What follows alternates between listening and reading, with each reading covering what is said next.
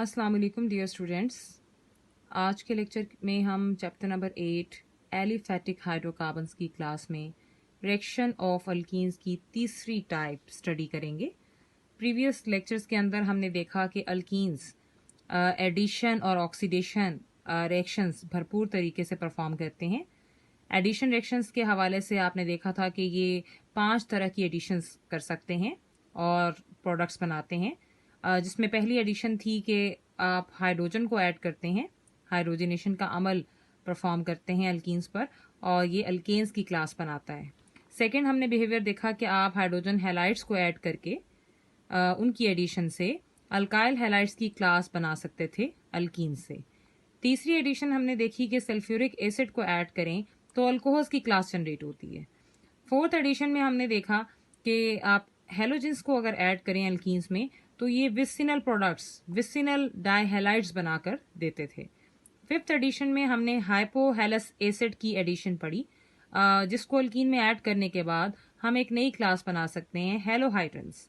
सो 5 इस तरह से अल्कीन्स एडिशन रिएक्शन परफॉर्म करती हैं और वैरायटी ऑफ क्लासेस बना के देती हैं हमें। इसी तरह अल्कीन्स ऑक्सीडेशन रिएक्शंस भी परफॉर्म करती थी। ऑक्सीडेशन रिएक्शंस के अंदर ये 4 कैटेगरीज शो करती थी। पहली कैटेगरी में हमने देखा कि अल्कीन्स में सिंपली ऑक्सीजन को ऐड करके आप एपॉक्साइड जैसे इंपॉर्टेंट कंपाउंड्स बना सकते हैं। फिर सेकंड में हमने हाइड्रोक्सिलेशन का फिनोमेना देखा कि अल्कीन्स हाइड्रोक्सिलेशन भी परफॉर्म करते हैं और नतीजे में जो है ग्लाइकोल्स बनाकर देते हैं, जो कि ऑटोमोबाइल्स के रेडिएटर में एज एन एंटी फ्रीज इस्तेमाल होते हैं और बहुत ही इंपॉर्टेंट यूजफुल इम्पैक्ट है इनका। तीसरा फिनोमेना था कि कंबशन करते हैं और बहुत सारी हीट प्रोड्यूस करते थे अल्कीन्स। और लास्ट में हमने देखा था कि ओजोनोलाइसिस का एक फिनोमेना है जो अल्कीन्स परफॉर्म करते हैं और कार्बोनिल कंपाउंड्स में मौजूद एल्डिहाइड्स और कीटोन्स जैसे इंपॉर्टेंट कंपाउंड्स बनाकर देते हैं। तो जहां ये एडिशन और ऑक्सीडेशन का फिनोमेना परफॉर्म करते हैं तो वहां पर एक तीसरा रिएक्शन भी अल्कीन्स परफॉर्म करते हैं, that is polymerization reactions. Polymerization reactions के हवाले से अगर बात की जाए तो ये एक पूरा प्रोसेस है जिसमें छोटे यूनिट्स मिलकर बड़े यूनिट्स बनते हैं और चेन्स डेवलप होती हैं, तो उस चीज को पॉलीमराइजेशन कहा जाता है। In this process small organic molecules, जिन्हें मोनोमर्स कहा जाता है, they combine together to form larger molecules known as polymers. यानी छोटे यूनिट्स, छोटे ऑर्गेनिक मॉलिक्यूल्स जुड़ते हैं, बॉन्ड बनाते हैं, लिंक होते हैं और बड़े मॉलिक्यूल्स जनरेट होते हैं, तो जिन्हें हम पॉलीमर्स का नाम देते हैं बाय नेचर। तो इसका मतलब है कि अगर आप इसको सिंपल वर्ड्स में देखें तो मोनोमर्स जो कि सिंगल यूनिट्स पर मुश्तमिल है, मोनो का मतलब होता है वन और मर्स कहते हैं किसी भी यूनिट को या फॉर्म को, तो वो जब मिलते हैं छोटे छोटे यूनिट्स और बॉन्ड के थ्रू, लिंकेजेस के थ्रू, तो वो पॉलीमर्स बनाते हैं। पोली कहते हैं मैनी को और मर्स कहते हैं यूनिट्स को, यानी छोटे यूनिट्स से बड़े यूनिट्स का बनना थ्रू बॉन्ड, थ्रू लिंकेज। इस प्रोसेस को जिसमें मोनोमर्स पॉलीमर्स बनाते हैं जो फिर चेन्स पर मुश्तमिल होते हैं, मैक्रो मॉलिक्यूल्स क्रिएट करते हैं, तो उस प्रोसेस को हम पॉलीमराइजेशन कहते हैं, जो अल्कीन्स भी परफॉर्म कर सकते हैं। अब अल्कीन्स परफॉर्म करके क्या बनाते हैं, आगे हम इसको स्टडी करेंगे।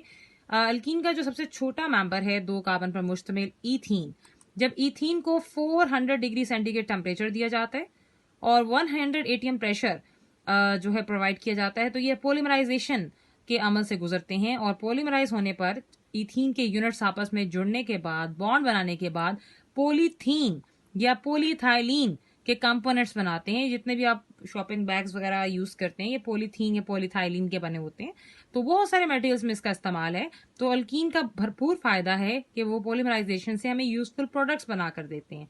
तो बाय रिएक्शन अगर आप इस चीज को देखें तो ये है 2 कार्बन पर मुश्तमिल डबल बॉन्ड के साथ ईथीन, जिसके n नंबर ऑफ यूनिट्स इस्तेमाल किए जा रहे हैं, जो कि एक मोनोमर है। तो ये ढेर सारे यूनिट्स जब कंबाइन करेंगे, कंडीशन क्या दी जाएगी, 400 डिग्री सेंटीग्रेड टेम्परेचर और प्रेशर देंगे 100 एटीएम और ट्रेस अमाउंट में कैटलिस्ट इस्तेमाल होगा ऑक्सीजन का अबाउट 0.1%। तो इस कंडीशन के साथ आपके पास एक इथीन, नेक्स्ट उससे नेक्स्ट इथीन, फिर तीसरा इथीन और नंबर ऑफ इथीन के मॉलिक्यूल्स अपने बॉन्ड्स को ब्रेक करेंगे और नेक्स्ट के साथ जुड़ते जाएंगे। तो इस तरह से जो हमारे पास चेन डेवलप होती है वो आपके पास मिथाइलिन के ग्रुप्स आपस में जुड़ते जाते हैं। लाइक आप देख सकते हैं कि ये ब्रैकेट है और CH2 फिर सिंगल बॉन्ड हो गया, यानी बॉन्ड ब्रेक हो चुका है, CH2 और फिर आपके पास ब्रैकेट है और ये बॉन्ड कंटिन्यूड है और n नंबर ऑफ चेन आपके पास आ रही है। मतलब ये राइट साइड से भी एलोंगेटेड चेन है और लेफ्ट साइड से भी इसी तरह रिपीटिंग यूनिट्स बार बार इस चेन में मौजूद हैं, लेकिन आसानी के लिए हमने एक ही रिपीटिंग यूनिट को ब्रैकेट के साथ शो कर दिया है। तो ये इस चीज को कहते हैं पॉलीइथाइलीन, जो सिंपल अल्कीन के पॉलीमराइजेशन के अमल से हासिल होती है। तो इस तरह से जो है ये पॉलीमराइजेशन का सिंपल सा रिएक्शन परफॉर्म कर सकते हैं। अब ये जो पॉलीथाइलीन हमारे पास पॉलीमराइजेशन के प्रोसेस के थ्रू हासिल हुई है, इसकी क्वालिटी को बेहतर करने के लिए कुछ जो है मटेरियल्स का इस्तेमाल किया जा सकता है, वो देख लेते हैं।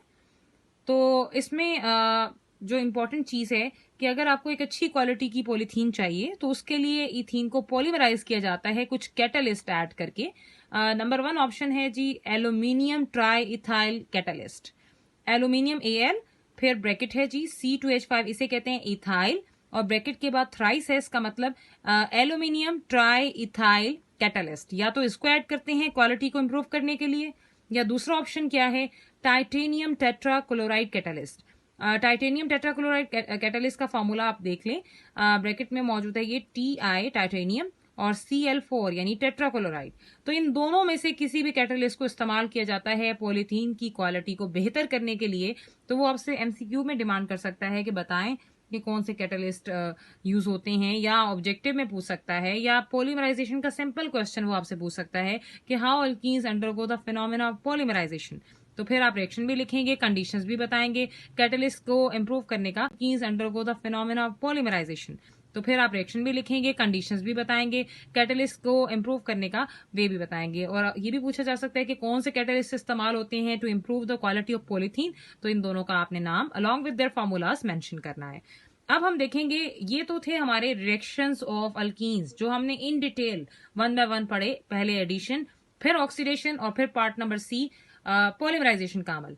तो ये यहां तक रिएक्शंस अल्कीन्स के खत्म हो गए। अब लास्ट में जो चीज आती है अल्कीन्स की क्लास के हवाले से वो रहेगी ये यूजेस।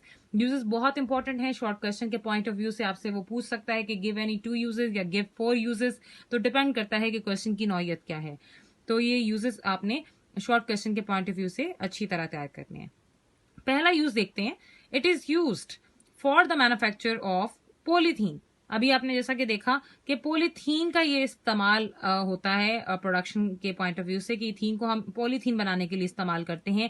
और आपने भी देखा कि ये पॉलीमराइजेशन के अमल से जो है प्रोड्यूस होती है। होता क्या है, ये एक प्लास्टिक मटेरियल होता है जिसे फिर यूज किया जाता है टॉयज, केबल्स, बैग्स और बॉक्सेस बनाने के लिए, यानी वैरायटी ऑफ थिंग्स बनाने के लिए इसका इस्तेमाल किया जाता है। फिर सेकंड में जो इसका एक और इम्पॉर्टेंट फैक्ट है, it is use for the artificial ripening of fruits. Artificial ripening of fruits में इसका बहुत ज्यादा इस्तेमाल है। ये जो फ्रूट्स को खुद से केमिकल्स देकर जो है राइप किया जाता है, उसमें इसका इस्तेमाल बहुत ज्यादा है। तीसरा आपके पास जो है, it is used as a general anaesthetic, यानी इसे एनेस्थीसिया के तौर पर मेडिकल फील्ड के अंदर भी इस्तेमाल किया जाता है, अद्वियात के अंदर जो बेहोशी तारी करती हैं। तो सर्जरीज के अंदर या ऑपरेशंस के अंदर इनका इस्तेमाल बहुत ज्यादा है। फोर्थ इसका एक और इम्पॉर्टेंट इंडस्ट्रियल यूज है कि it is use as a starting material for a large number of chemicals of industrial use. Industry में वैरायटी ऑफ केमिकल्स का इस्तेमाल होता है जिनको हम as a starting material use करते हैं, जिसमें ग्लाइकोज का इस्तेमाल है। आपने ग्लाइकोज की के हवाले से प्रोडक्शन देखी थी, जो कि एंटी फ्रीज के तौर पर जो है गाड़ियों के रेडिएटर्स में इस्तेमाल होता है। इसके अलावा इथाइल हैलाइड जो है important chemical as a starting, बहुत ज्यादा इंग्रेडिएंट्स बनाने में इसका इस्तेमाल है एज अ केमिकल यूज। और तीसरी आपके पास एक और इम्पॉर्टेंट केमिकल इथाइल अल्कोहल, जिसका वेराइटी ऑफ प्रोडक्शन में यूज है एज अ स्टार्टर। तो ये इंपॉर्टेंट केमिकल्स भी हम जो है अल्कीन की क्लास के थ्रू बना सकते हैं। पांचवा यूज इंतहाई इंपॉर्टेंट है, it is use for preparing mustard gas. इसे एक खास किस्म की केमिकल बनाने में इस्तेमाल किया जाता है जिसका नाम है mustard gas. Mustard gas chemical है जो वर्ल्ड वॉर 1 में इस्तेमाल किया गया। इस केमिकल के नाम पर मत जाइएगा कि नाम से लगता है कि ये कोई गैस है, लेकिन असल में दरअसल ये गैस नहीं है। इसका जो नेम है mustard gas, the name comes from its mustard like adore, यानी इसके जो मस्टर्ड बेसिकली सरसों को कहते हैं, सरसों जैसी इसकी जो है स्मेल होती है, तो उसके हवाले से इसका नाम मस्टर्ड गैस रखा गया है, इसके एरोमा की बदौलत। सेकेंडली अगर हम इसके फीचर की फिजिकल स्टेट के हवाले से बात करें तो ये गैस नहीं है, it is not a gas. So है क्या ये, it is a highly boiling liquid, ये एक हाईली बॉइलिंग लिक्विड है that is dispersed as a mist of tiny droplets, जो बिल्कुल जैसे पानी का आप स्प्रे करते हैं उस तरह से ये टाइनी ड्रॉपलेट्स की सूरत में ये डिस्पर्स होता है और हाईली बॉइलिंग लिक्विड है ये। It is a powerful vesicant that is causes blisters, ये पावरफुल वेजिकेंट है। वेजिकेंट होता है जो चीज छाले आपकी स्किन पे, जैसे गर्म पानी से छाले बन जाते हैं तो ये ब्लिस्टर्स काज करता है, यानी स्किन पर छाले बनाता है। तो बहुत ही खतरनाक वेपन है, केमिकल वेपन जो है ये वर्ल्ड वॉर वन में इस्तेमाल किया गया। इससे क्वेश्चन आ जाता है कि व्हाट इज मस्टर्ड गैस, या ये कैसे बनती है, तो आगे इसकी प्रोडक्शन भी देख लेते हैं। तो मस्टर्ड गैस एक इम्पॉर्टेंट शॉर्ट क्वेश्चन है एमसीक्यू के हवाले से भी और वैसे भी। तो इसकी प्रोडक्शन देखते हैं। अगेन इसे इथीन से बनाया जा रहा है, इथीन जिसमें आपके पास 2 कार्बन विद डबल बॉन्ड आता है, H2C double bond CH2, 2 molecules इसके यूटिलाइज होते हैं मस्टर्ड गैस बनाने में। और प्लस इसमें क्या डाल रहे हैं, डाई सल्फर डाइक्लोराइड S2Cl2। होता क्या है कि ये जो 2 आपके इथीन के मॉलिक्यूल्स हैं, एक ये है, इसी तरह एक नीचे आ जाए तो इन दोनों के बॉन्ड्स ब्रेक हो जाएंगे। जो आप यहाँ पर देख सकते हैं, ऊपर एक इथीन का मॉलिक्यूल है, एक नीचे मॉलिक्यूल है।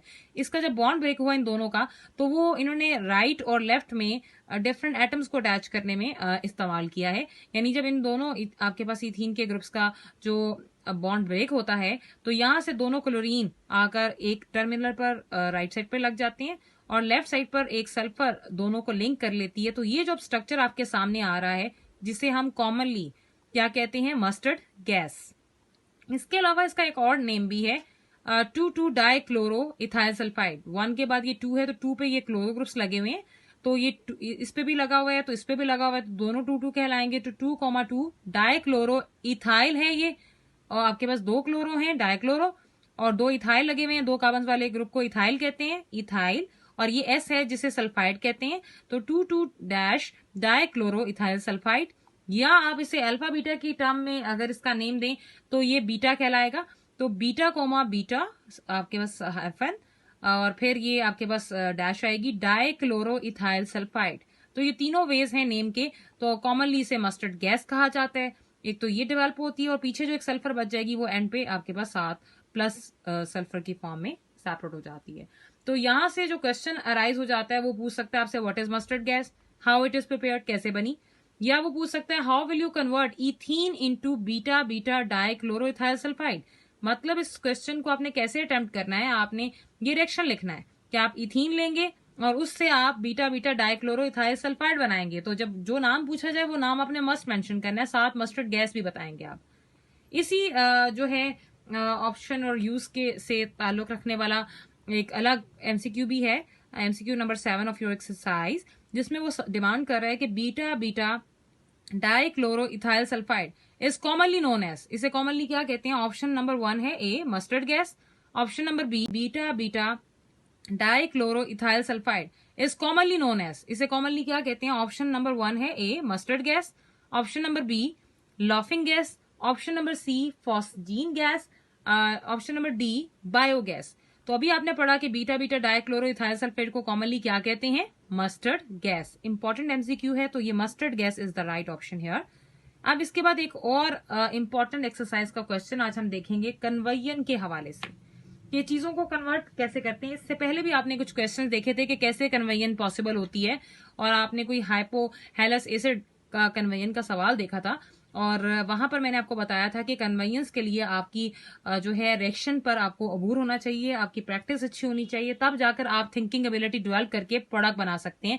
तो ये जो क्वेश्चन नंबर 9 है एक्सरसाइज का, जिसका पार्ट नंबर बी है, जिसके कुछ पार्ट्स हम ऑलरेडी कर चुके हैं, उसमें आपके पास एक सवाल है, वो कहता है how will you bring about the following conversion, कि आप कैसे कन्वर्जन कर सकते हैं।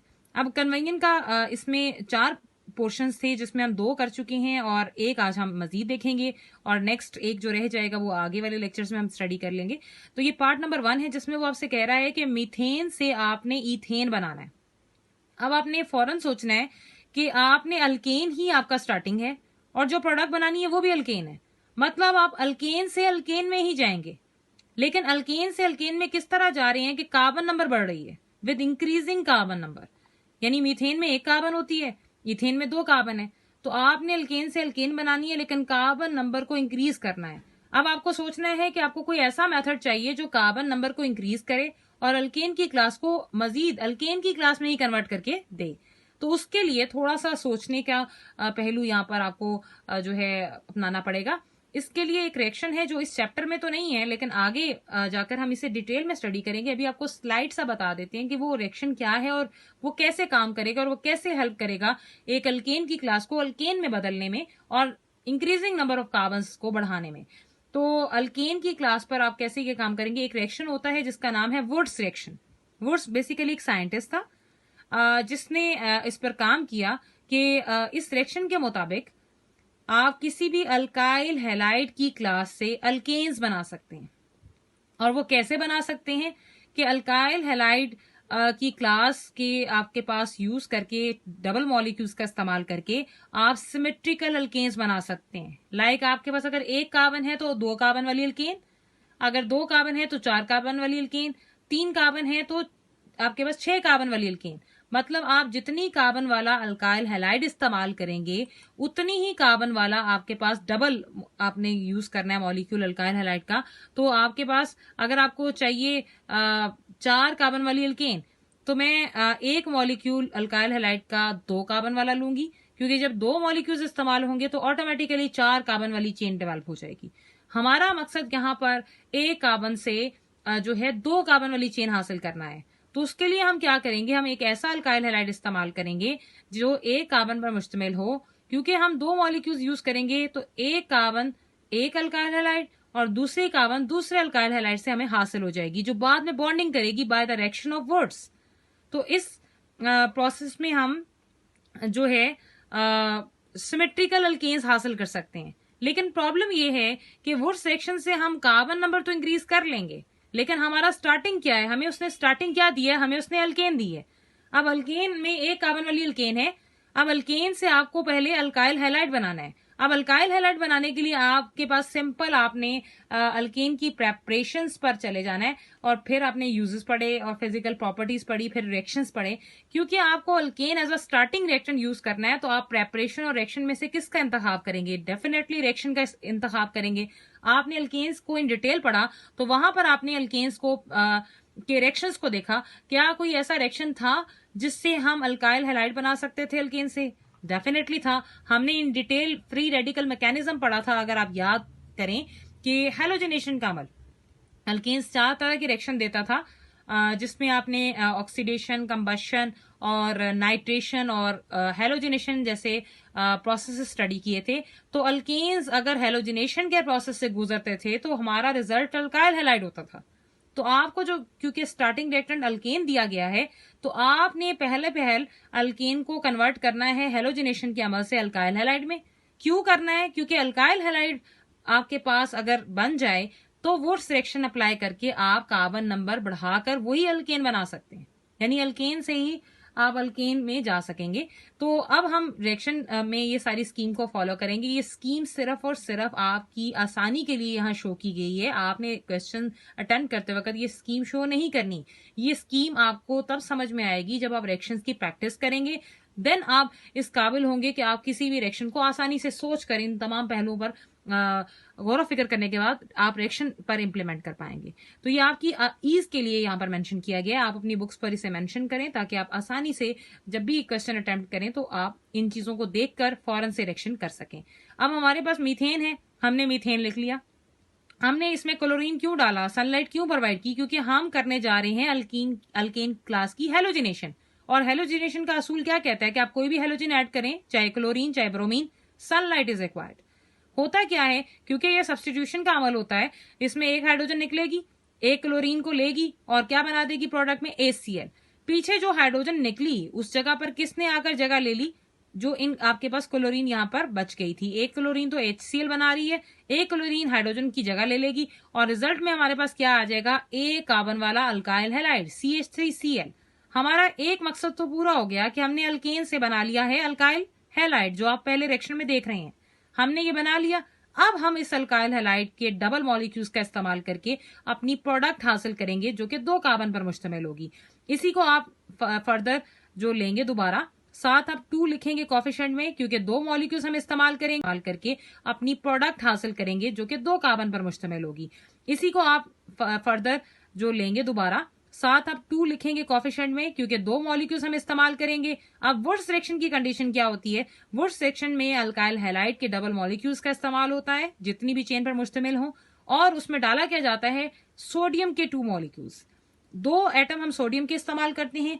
किस कंडीशन पर ये काम होगा? ईथर के साथ, यानी ईथर की मौजूदगी में जब 2 सोडियम के एटम्स आप इंट्रोड्यूस करेंगे तो ये अल्काइल हैलाइड का बॉन्ड ब्रेक हो जाता है, और सोडियम का जो ये फेवरेट क्लोरीन है, एक बॉन्ड एक मॉलिक्यूल का टूटेगा, दूसरे मॉलिक्यूल का भी इसी तरह बॉन्ड टूटेगा, तो 2 क्लोरीन के एटम्स यहां से हमें मिलेंगे, जो सोडियम लेकर कैप्चर करके साल्ट बना लेती है प्रोडक्ट के अंदर, 2NaCl, जो आप देख सकते हैं पीछे। क्योंकि कार्बन का बॉन्ड ब्रेक हो गया है, इसका इलेक्ट्रॉन इसके पास आ गया, एक मिथाइल का इलेक्ट्रॉन एक के पास, और दूसरे मिथाइल का भी जो है इलेक्ट्रॉन उस पर आ जाएगा रेडिकल की सूरत में। तो ये दोनों अपने आप को स्टेबल करने के लिए बॉन्ड बनाते हैं, जो फर्दर आपको देखने को मिल रहा है कि CH3 with CH3 bond develop हो गया। तो ये इथेन आपकी प्रोडक्ट हासिल हो गई, जो वुड्स रिएक्शन से हासिल हुई। तो इस तरह आपने एक अल्केन से एक अल्केन बनाई है इंक्रीजिंग कार्बन नंबर के साथ। लेकिन इंक्रीजिंग कार्बन नंबर के लिए एक ही आपके पास सोल्यूशन है कि आप वुड्स रिएक्शन परफॉर्म करते हैं, और वुड्स रिएक्शन अल्केन पे सीधा अप्लाई नहीं होगा, पहले वो अल्काइल हैलाइड पर जो है बनाना पड़ेगा, क्योंकि वो अल्काइल हैलाइड पर अप्लाई होता है। इसीलिए हमने पहले अल्केन को अल्काइल हैलाइड में हैलोजिनेशन के अमल से बदला, फिर हमने उस पर सीधा वुड्स रिएक्शन अप्लाई किया और अपनी प्रोडक्ट इंक्रीजिंग कार्बन नंबर के साथ हासिल कर ली। तो ये एक सिंपल कन्वेयन है, जिसकी प्रैक्टिस बार बार करेंगे और इस सारी स्कीम को समझ लेंगे और उस पर अप्लाई करेंगे, तो आपको रिएक्शन समझने में, कन्वेयन करने में आसानी होगी। एक और MCQ है एक्सरसाइज का, जो देख लेते हैं हम, जो आपके मुतल्लिका पिछले टॉपिक से ताल्लुक रखता है। MCQ नंबर 8 वो कहता है, when methane reacts with chlorine in the presence of diffuse light, the products obtained are. ये वही हैलोजिनेशन वाला टॉपिक है जिसमें आपने मीथेन को क्लोरीन से रिएक्ट करवाया था, और वो उस वक्त तक रिएक्शन नहीं स्टॉप हुआ था जब तक मीथेन के सारे हाइड्रोजन क्लोरीन से रिप्लेस नहीं हो गए थे। तो ऑप्शन नंबर ए है chloroform only, option number B है carbon tetrachloride only, option number C है chloromethane and dichloromethane, option number D है mixture of A, B and C। तीनों बनते हैं, इसलिए A, B and C, D आपके पास ये डी ऑप्शन को आप क्लिक करेंगे और ये आपका राइट ऑप्शन बनेगा। तो this is all about for today. आपके अल्कीन की जो क्लास है वो कंप्लीट हो चुकी है, उससे मुतालिका एक्सरसाइज के मैक्सिमम क्वेश्चन सॉल्व हो चुके हैं। अब कोई एक आध सवाल जो रहता है वो आगे जैसे ही अल्काइन की क्लास को स्टार्ट करेंगे तो उससे रेलेवेंट थोड़ा सा हिस्सा है, तो इसीलिए हम उसके साथ उसको स्टडी करेंगे। This is all about the vast study of alkyne class in this chapter 8. Keep practicing the reactions. Best of luck.